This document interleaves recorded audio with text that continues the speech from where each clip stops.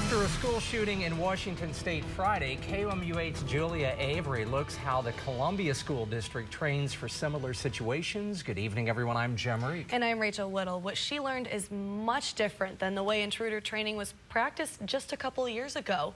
And some of the new tactics might surprise you. You want to draw me a picture on there? If you are older than a third grader, you may remember better. Julia Avery, KOMU8 News, Columbia.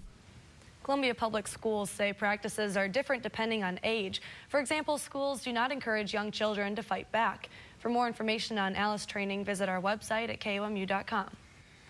Even though Friday's shooting in Washington State did not involve an intruder, the sheriff says the 5 victims, 2 of whom died, were specifically targeted. CNN is reporting the shooter set up the victims with a text message. The sheriff told reporters they're not investigating anyone but the gunman, Jalen Freiberg. Investigators are checking phone and text message records to try to get more insight as to why the shooting took place.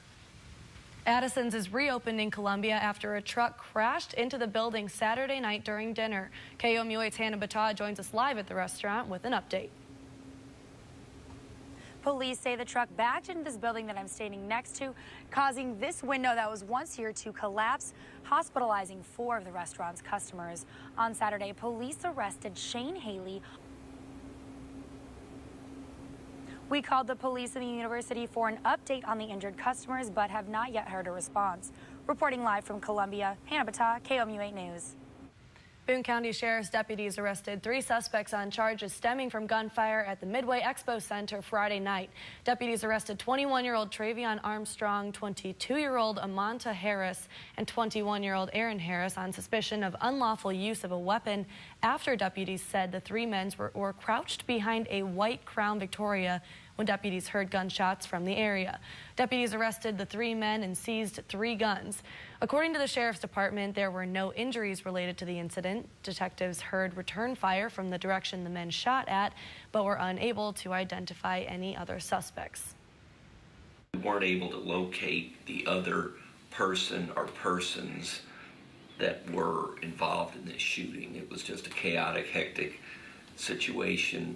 We wanted to make sure we got the 3 people that we saw. The Sheriff's Department urges anyone with information about the incident to contact Crime Stoppers at 875-TIPS.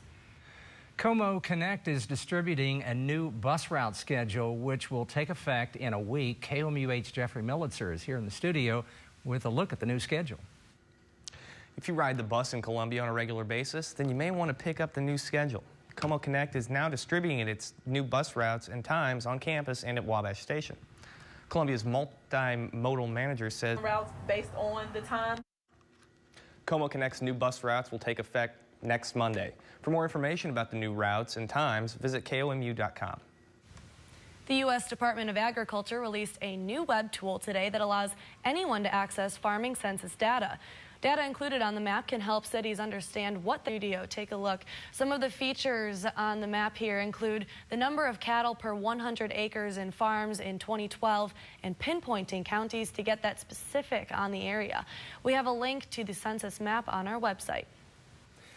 Tonight, the Mexico City Council decided not to go ahead with a smoking ban. The ban would have prohibited smoking in public places. The council debated the ban and took public comments. The supporter says smoking in public is a health issue. The secondhand smoke, just like firsthand smoke, will increase the risk of heart attack, stroke, emphysema, and since about 75% of the people in Audrain County are smoke-free, they really would prefer to have restaurants and other public venues be smoke-free. Opponents say it's not a health issue, but an issue of choice. Once again, the council decided not to approve the ban because members could not come up with a clear consensus. It's been unseasonably warm these past few days, but we cool down this week. Let's send it to Amanda for a look at this week's forecast.